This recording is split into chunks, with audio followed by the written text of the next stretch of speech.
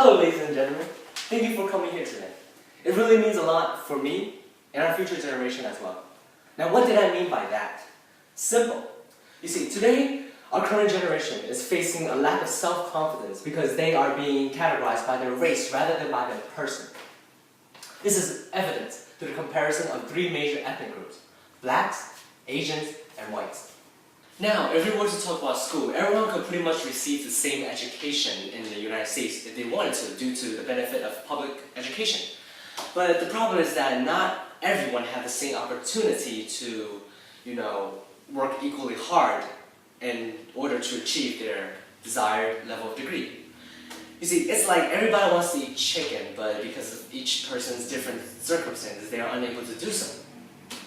Now, so collectively, the dropout rates of everyone, include all races, would have been different if we all had the same circumstances.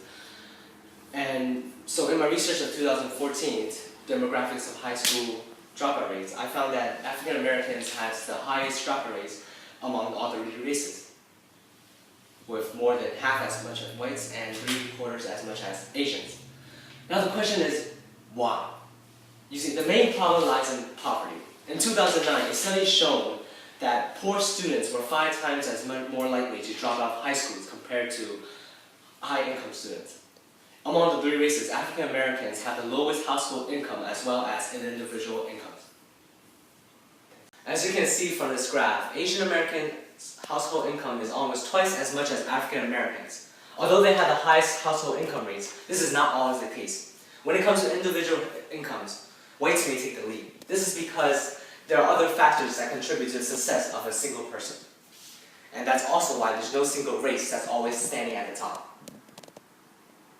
Americans have the lowest income rates, but ever since 1900s, they've been improving tremendously. As you can see from this graph, in 1970, 38% of African American populations had an annual income of $35,000 per household, but increased it by 58% in 2000. Child poverty for African Americans are unavoidable, with 20% school-age children living in poor families. Poverty rates for blacks is 3 times as that of white families. To conclude, it all leads to community poverty. You see, many black neighborhoods are often plagued with concentrated disadvantages, such as extremely high levels of unemployment rates, family instability, poor health, family abuse, poverty, welfare dependency, and crime communities. Now, I know, it's scary. You see, these obstacles influence children's development through the lack of resources, such as after-school programs or from negative peer influences. Now, therefore, kids living in these kind of neighborhoods are more likely to have dropouts as friends, which could potentially encourage them to do the same. Aha! And so, we have to be considerate.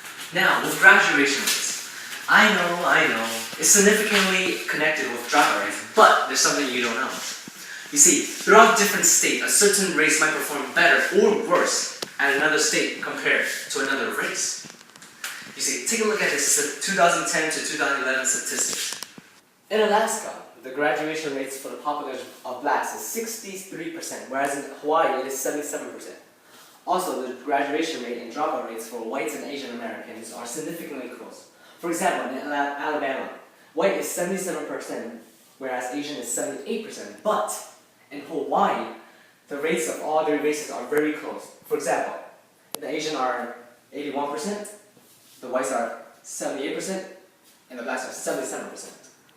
Therefore, we can conclude that even though Asian and whites seem to be the dominant race in the high graduation rates, there are always exceptions in other states, meaning there is no set race that is always at the top. So it's better not to judge a race just by its own cover. And now, after school, we usually want to look for results from our education. And here are the results. Here's the 2012 U.S. statistics from the U.S. Department of Education for associates, bachelor's, and master's, and doctor's degrees. For all degrees, the numbers of white Americans overwhelm the blacks and whites. So it's about time you wipe out that mindset about Asians being on top of every single thing, because there are actually more white doctors than Asian or black doctors. And to put it into a more perspective, there are about 100,000 white doctors, 10,000 black doctors, and 16,000 Asian doctors. Now do you guys see the strengths in all the races? Because even though certain races were weaker on certain subjects, there are reasons that ultimately leads to their poor performances. And as you can already infer, African Americans would have the highest unemployment rates among all the three races. This is mainly because of education, which we will of course come back to later.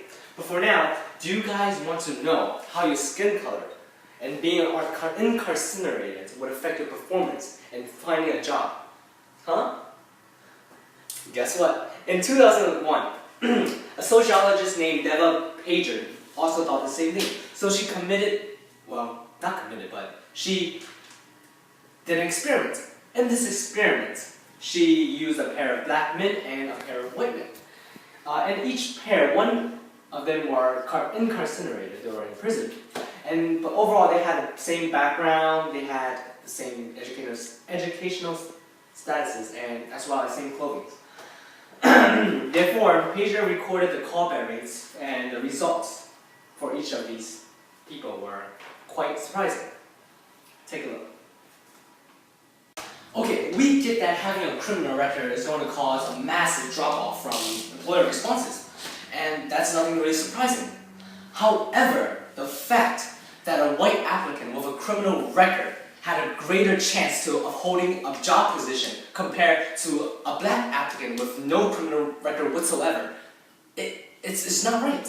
So it's like you're saying that you would rather hire a serial killer over a normal black citizen just because he's white? Good Lord! That is not...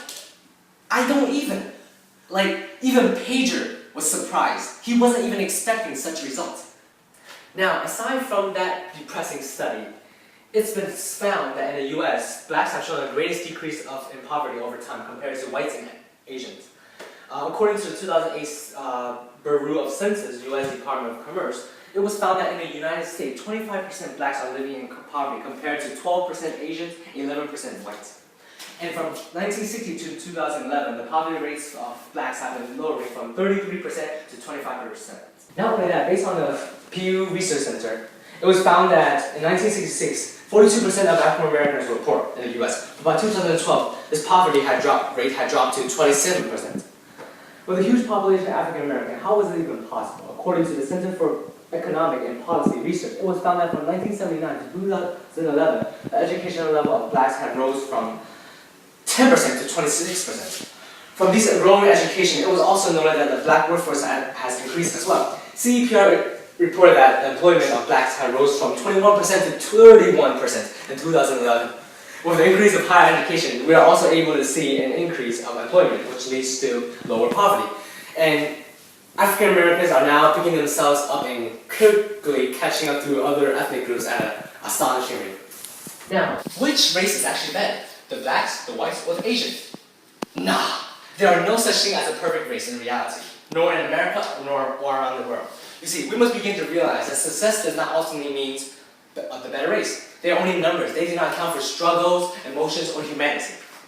We must realize that we are all people with extraordinary ancestries, and that you should feel proud of your race, be it black, Asian, white, green, blue, pink, whatever, because you are a part of a culture that no one else can copy. So why do we still compare these races? Because of our society. Our society still does. With over years of stereotype, we have influenced our children that the notion that there are such things as a better race, but in reality, there are none. All races have their advantages and disadvantages in life. It all depends on how one views these traits as a gift or a curse. And today, I want to thank you for coming here. And I hope you too will teach your children the future, not to judge and to appreciate their own ethics. Thank you.